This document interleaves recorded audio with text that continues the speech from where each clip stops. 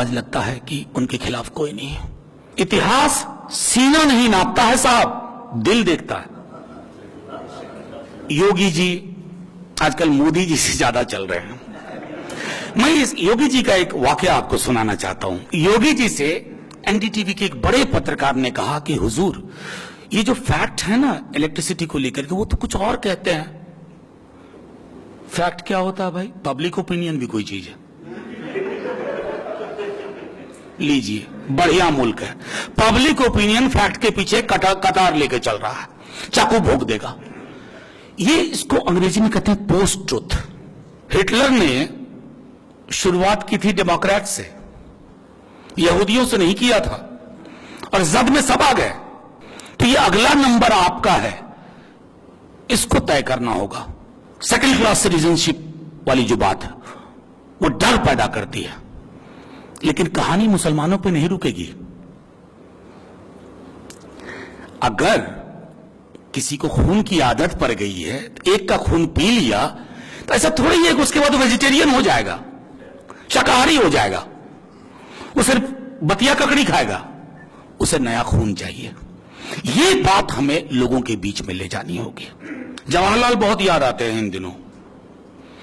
इंदिरा जी नहीं आती, राहुल जी नहीं आते, जवाहरलाल याद आते हैं। मेरा नाम मनोज झा है, मैं ब्राह्मण हूं जन्म से। मेरे लिए मुश्किल उतनी नहीं है, लेकिन मैं देख रहा हूं कि मेरा मुल्क देखते देखते बदल गया। तकसीम के वक्त भी यह डिसएनफ्रेंचाइजमेंट नहीं हुई थी, आज ये हो गई और ये खबर नहीं बन रही है। और इसमें शरीके गुनाह सिर्फ भाजपा नहीं है, हम सब शरीके गुनाह। पहली बार जब उत्तर प्रदेश के नतीजों पर मुझसे पहली बार एएनआई बाइट लेने आई, मैंने कहा हुजूर भाजपा जीत जाती, मुझको कोई दिक्कत नहीं थी, मुझको इस जीत में तकसीम की बू आ रही है। इतना तो 46-47 में भी हम नहीं बटे थे। पहले लोग मीडिया से उम्मीद रखते थे, अब मीडिया में डीएनए एनालिसिस करने वाले लोग हैं जो आपकी अनुमति के बगैर, इजाजत के बगैर आपका डीएनए दिखा देते हैं। जो ककड़ी कड़वी है वो भी इमरती की तरह बिकेगी, तो इमरती की तरह बिक रही है। डीएनए एनालिसिस कर रहे हैं और हम सबको राष्ट्रद्रोही बता रहे हैं। और उनको पता नहीं कि मुल्क की मोहब्बत का अगर कोई मीटर बनाया जाए तो शायद आप में और हम में वो मीटर पारा तोड़ के बाहर निकल आएगा। ये मुल्क कुछ नियामकों पे बना था, कुछ मैट्रिक्स थे, कुछ पैरामीटर्स थे। आजादी आजकल बड़ा मुश्किल है, आजादी बोलना भी। ना जाने किसके कान खड़े हो जाए, ना जाने कौन से थानेदार को मेरा आजादी बोलना बुरा लग जाए। आजादी, न्याय, समता, बराबरी और सेक्युलरिज्म। क्या वजह है कि पूरी सेक्युलरिज्म की लड़ाई और उसकी बात को मुसलमानों तक महदूद कर दिया गया? सेक्युलरिज्म मुसलमानों का मामला नहीं है भाई। सेक्युलरिज्म सबसे ज्यादा इस मुल्क के 3/4 हिंदुओं का मामला है। आपने ये चुना था, ये आपकी ख्वाहिश थी। और आज सेक्युलरिज्म बोलते ही धन्यवाद उन टेलीविजन के दोस्तों का जिन्होंने secularism is equal to Muslims कर दिया। ये मुसलमान नहीं बोल के सेक्युलरिज्म बोल रहा। ये कैसे हुआ?